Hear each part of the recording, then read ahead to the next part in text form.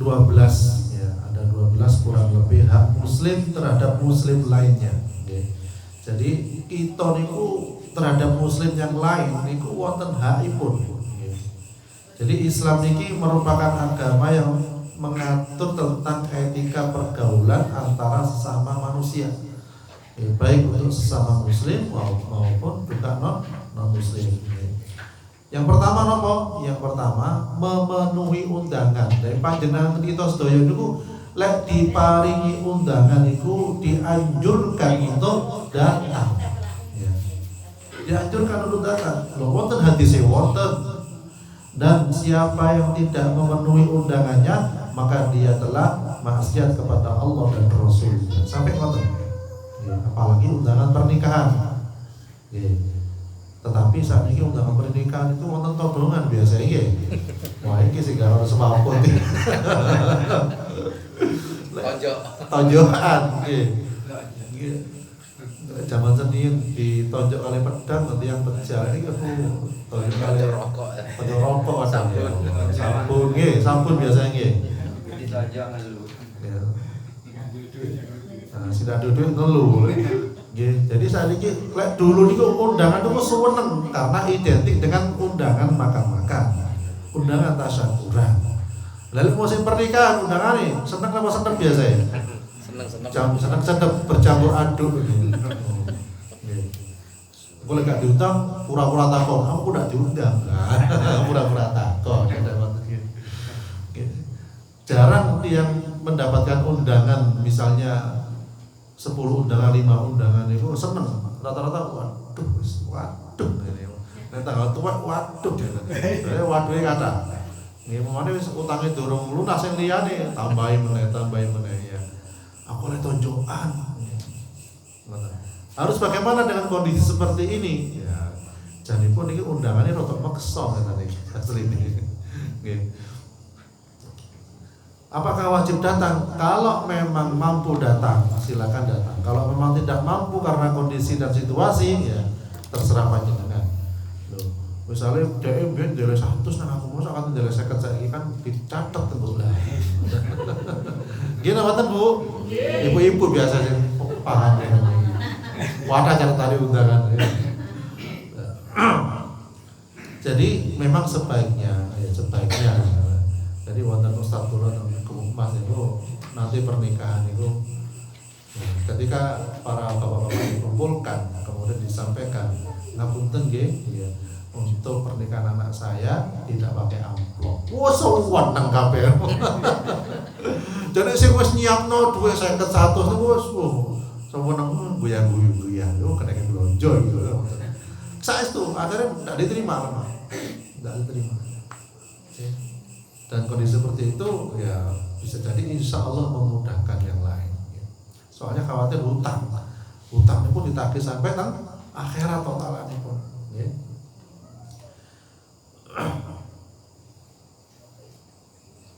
Jadi hadis di atas menjelaskan tentang seorang jika seorang mengundang kita maka dianjurkan dipenuhi.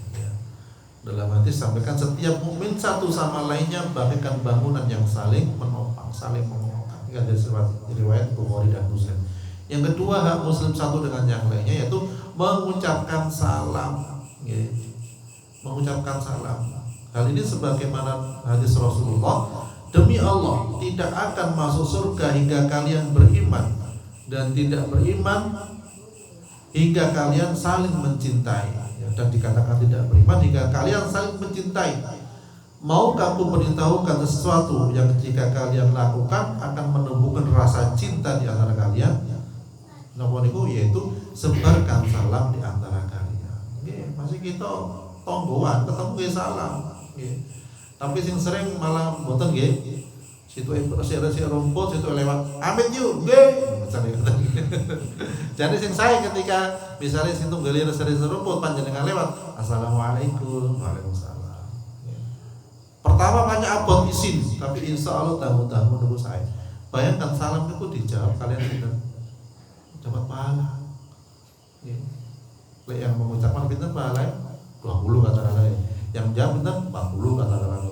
Jadi saya menjawab salam dan mengucapkan salam. Memang berat tapi diusahakan bisa. Bahkan rumah ke griya pun ketika mengucap salam, setan itu medal. Setan itu keluar. Masih boten-boten tiang iki dianjurkan untuk mengucapkan salam. Kemudian kepada anak-anak kecil pun ya Rasulullah itu mengucapkan salam. Misalnya ada gerombolan anak-anak kecil, misalnya ya saya SD, tingkatan SD itu Assalamualaikum, agar anak-anak terbiasa mengucapkan salam. Saya itu normalnya masuk rumah dia, Assalamualaikum. Kadang kebiasaan orang sewu, wongnya di ngarep daun lewat buri, lah niku. Padahal turun salin sih ada buri, lah niku boten asal. Tetap dari depan mengucapkan salam. Walaupun tonggone, walaupun dereke, namanya bukan makrom, harus mengucapkan salam. Kemudian yang ketiga memberikan nasihat. Jadi maringi nasihat, nasihat niku sangat berarti bagi satu sama yang lain. Ya, hal ini juga terdapat dalam hadis beliau Nabi SAW yang mengatakan agama adalah nasihat kepada Allah, kitabnya, rasulnya, dan kepada para pemimpin kaum muslimin serta rakyat pada umumnya. Jadi nasihat itu penting.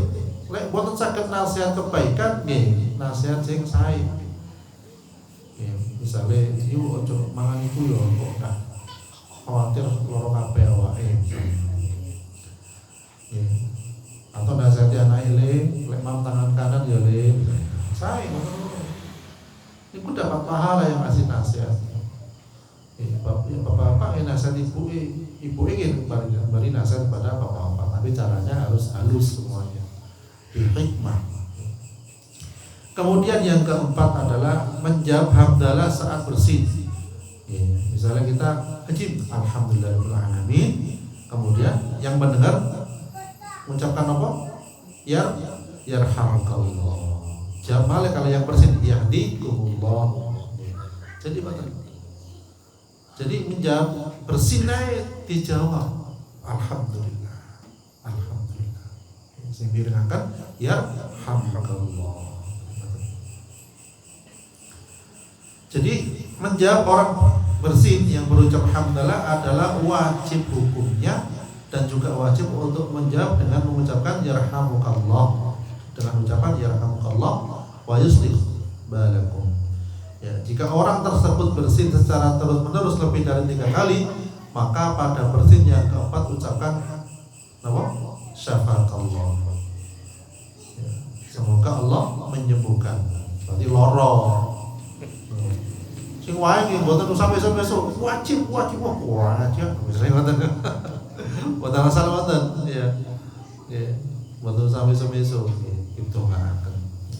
Kemudian hak muslim satu dengan yang lainnya yang kelima adalah mengantar jenazah. Nggih. Makanya kadang lek wonten tiyang mboten nate nyelawat misalnya nggih. Bisa didongaaken pripun, Bu? Boleh mati ben berangkat dhewe. Ngoten nggih. Nek mati ben ora tau nyelawat iku, nek mati ben budal dhewe ngadeg dhewe. Dungane ngoten kadang rata-rata. Kira mboten? Kalau nyelawat iku kemana? Liyane padha napa? Noto-noto, ya nimbrung dan sebagainya dengan nyelawat. Jadi siapa yang mengantarkan jenazah hingga mensolatkannya, maka baginya pahala 1 qirot. Dan siapa yang mengantarkannya hingga dimakamkan, maka pahalanya 2 qirot. Kemudian beliau ditanya, apakah yang dimaksud qirot? Apa qirot itu? Beliau menjawab, bagaikan 2 gunung yang besar. Masya Allah. Qirot itu bagaikan 2 gunung yang besar. Gede, lebih gede teko omah. Ini pahalanya. Tapi menurut saya kadang rata-rata nontonnya pejah, ya bapak-bapak ngobrol, ndak persiapan wudu, ndak sholat, ngobrol. Si sholat tuh garis kadang. Malah sing mati medit yang luas, sing katanya sholat aras-arasan. Nggih mboten. Jadi seharusnya ketika ada yang meninggal dunia, ya, ibu-ibu ngengken bapak, Pak, siap wudu, sarungan, misalnya cobian. Terus teko mriko nggih salat, nyolati jenazah. Pahalane kathah niku. Siapa yang mengantarkan jenazah hingga mensolatkannya, maka baginya pahala 1 qiraat. Dan siapa yang mengantarkannya hingga dimakamkan, maka pahalanya sampai berapa? 2 qiraat, 2 gunung kata saya. Masya Allah. Gunung kan di sini iso emas, iso batuan, masya Allah. Kemudian yang keenam adalah kewajiban muslim satu dengan yang lainnya, yaitu menjenguk orang sakit. Kembali niki pahala ini kata. Ya. Jadi menjenguk orang sakit itu insya Allah didoakan pinten 70.000 malaikat. Ya. Kali didungan nih. Ya, sing lara wis ngelu, nggih sabar ya yuk. Mudah-mudahan mengurangi penyakit sampean, mengurangi dosa sampean, ditambah pahala ya. Sing saya ngomong yang kali yang sakit. Ya. Pun ditambah-tambah yuk ini kilo biasa tak suwe. Aduh. Pemane sampean megap-megap ini dulu tani wis sampean duwe apa sampean wis wasiate sampean keluarno wis. Waduh tambah mati, Bu. Terus ambekane megap-megap waduh gak suwe. Gak suwe. Tapi kok gak suwe. Tungguane saged terkabulkan jadi ngomong gak suwe. Yang dianjurkan apa? Insya Allah sehat. Ayo, banyak istighfar. Banyak istighfar. Kapan ya istighfar? Masih loro, masih gak loro istighfar. Kadang beda artinya. Siapa istighfar yo? Waduh, kok udah mati aku. Sanes. Istighfar itu semuanya. Kemudian yang ketujuh adalah muslim satu dengan yang lainnya itu tidak saling membenci. Lah iki kadang sing ampun. Ya. Buatan asal saling benci, bakal enggak wonten masalah paling nak 3 hari selesai pun suwi-suwi. Okay. Apalagi berprasangka buruk. Kemudian yang kedelapan adalah mengharapkan sesuatu yang baik. Jadi sesama muslim juga harus selalu mengharapkan segala sesuatu yang baik bagi sang muslim lainnya, seperti yang diharapkan untuk diri sendiri. Lek kita pengen sugih, gitu ngakne yang muslim ya sugih. Jadi apa yang kita inginkan didoakan sama dengan keinginan juga orang lain yang kita doakan. Orang yang ingin sukses, itu doakan saudara muslim yang lain anaknya ingin sukses dunia akhirat. Ini sami. Kalau sakit panjenengan donga podo-podo ngoten insyaallah pahala kata hati ini bersih, hati ini tenang. Kalau ningali ceramah seorang syekh Timur Tengah ternyata beliau mengatakan intinya harta yang berharga itu ternyata adalah ketenangan. Tenang ini rezeki yang paling kuat, yang paling sah ini ketenangan. Jadi oleh karena itu salah satu cara untuk tenang itu saling mendoakan. Kemudian yang 9 adalah membantu saat teraniaya, saat terdolimi. Itu membantu dalam kebenaran. Tutup polai dulur, tutup polai sesama suku. Lantas ketika salah dibela boten, ketika benar dibela, ketika salah diluruskan. Dulurku itu masa salah bela salah, masalah boten. Soalnya wonten kasus ngoten niku karena dia saudaranya atau pernah berbuat baik kepadanya, ketika salah dibela. Nggih. Boten ana salah. Rasulullah bersabda, bantulah saudaramu apabila ia menjadi orang yang menganiaya atau orang yang teraniaya. Jadi seorang sahabat bertanya, kita memang bantunya jika ia menjadi orang yang teraniaya, tapi bagaimana pula kita membantunya jika ia menjadi orang yang menganiaya? Ya, kemudian jawab Nabi SAW, kita melarangnya dari menganiaya orang lain, itulah berarti kita membantunya. Jadi mencegah kemungkaran. Kemudian yang ke-10 adalah tidak saling mencaci dan mendengki. Ya, ini juga disabdakan oleh beliau, janganlah kamu mendengki, jangan bersaingan dalam tawar menawar, sedang kamu tiada berhajat untuk membeli. Gak tuku cerewet dah. Niki biasanya bapak-bapak napa ibu-ibu? Bu, ngaku bu. Ibu-ibu nggih. Tapi yakin kalau ibu-ibu kanggo bapak-bapak nggih. Cerewet ibu-ibu kanggo bapak. Wis gak tuku cerewet iki piro regane sampeyan? Oh, dinyang ya. Dinyangnya itu sana separuh, bawa ning sore separuh. Kenyek ini kembali. Mboten asal ngesakne sing jawab wis tak dituku cerewet jare ngoten. Kemudian jangan bermusuh-musuhan dan jangan seorang kamu menambah harga atas sesuatu barang yang telah dibeli oleh setengah kamu, ya. Jadi dan jadilah kamu sekalian sebagai hamba-hamba Allah yang bersaudara. Okay. Seorang muslim adalah saudara kepada muslim yang lain, tidak boleh menganiayanya atau merendahkan kedudukannya mboten asal. Biasanya tiyang sing suka gosip, ngerendahkan orang lain, itu biasanya untuk menutupi keburukan dirinya. Gini mboten? Wes tak putih-putih rata-rata mboten wes. Jenengan pun gampang percaya lek yang gampang ngumbar aibe wong. Wes pun gampang percaya kalau yang ngoten. Suatu saat kita yang akan diumbar oleh dia. Itu rumus. Justru lisan ini merasa rugi ketika menceritakan keburukan orang lain. Rugi banget, rugi dunia akhirat. Wis salate wis sawi, wiritane sawi, hangus hilang gara-gara ngerasani tonggo mengfitnahnya, menghinanya. Mboten asal dalam Islam. Sampai Rasulullah mengatakan tidak dibolehkan menganiaya dan merendahkan kedudukannya, menghinanya atau mendustakannya. Takwa berada di sini. Jadi beliau menunjukkan ke dadanya. Takwa berada di sini. Ya.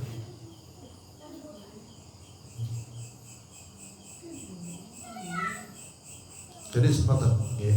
Jadi diharuskan untuk saling menjaga kehormatan sesama muslim.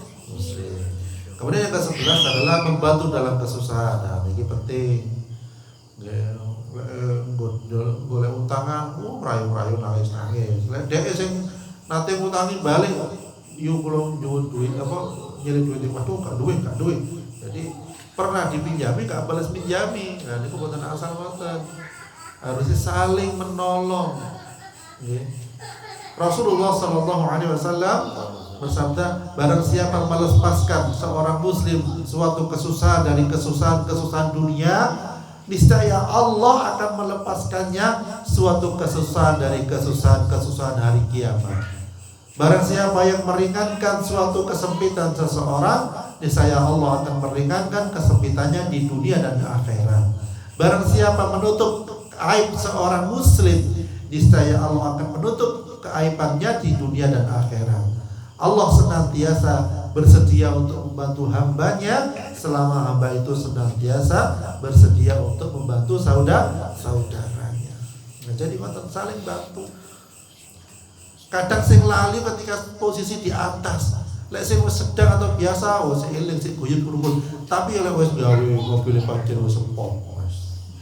Omahe tingkat 5. Kadang lali. Memang dunia itu melenakan, menggelapkan. Ya, tapi insya Allah lek pengarosan iki eling kabeh mangke insya Allah. Ya satu jenis wis mobil 5 eling to jenengku. Pun khawatir insya Allah wajib basale ada bis insya Allah saya eling riyo. Maka niyo dan sebagainya waktu hari masya Allah. Toya wonten mriki. Eling insya Allah karena ngaji semerat dunia ini tipa lek mati gak iso mlaku dewi.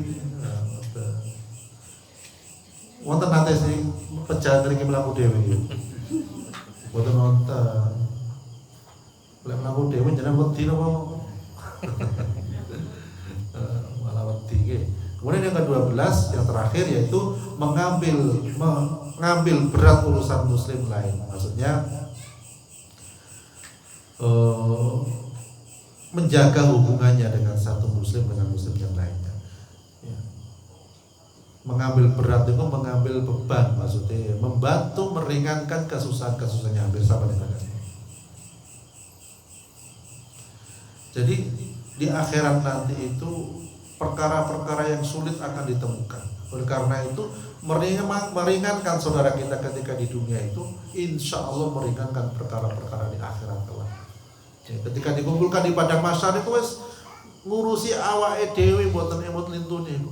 Karena saking dahsyatnya, saking ngerinya, niku baru dikumpulkan pada masa belum dimasukkan ke neraka selanjutnya. Alhamdulillah. Mungkin kita sekalian diberikan naungan oleh Allah Subhanahu wa taala di padang mahsyar, sehingga di permulaan insyaallah kita masuk surganya Allah Subhanahu wa taala.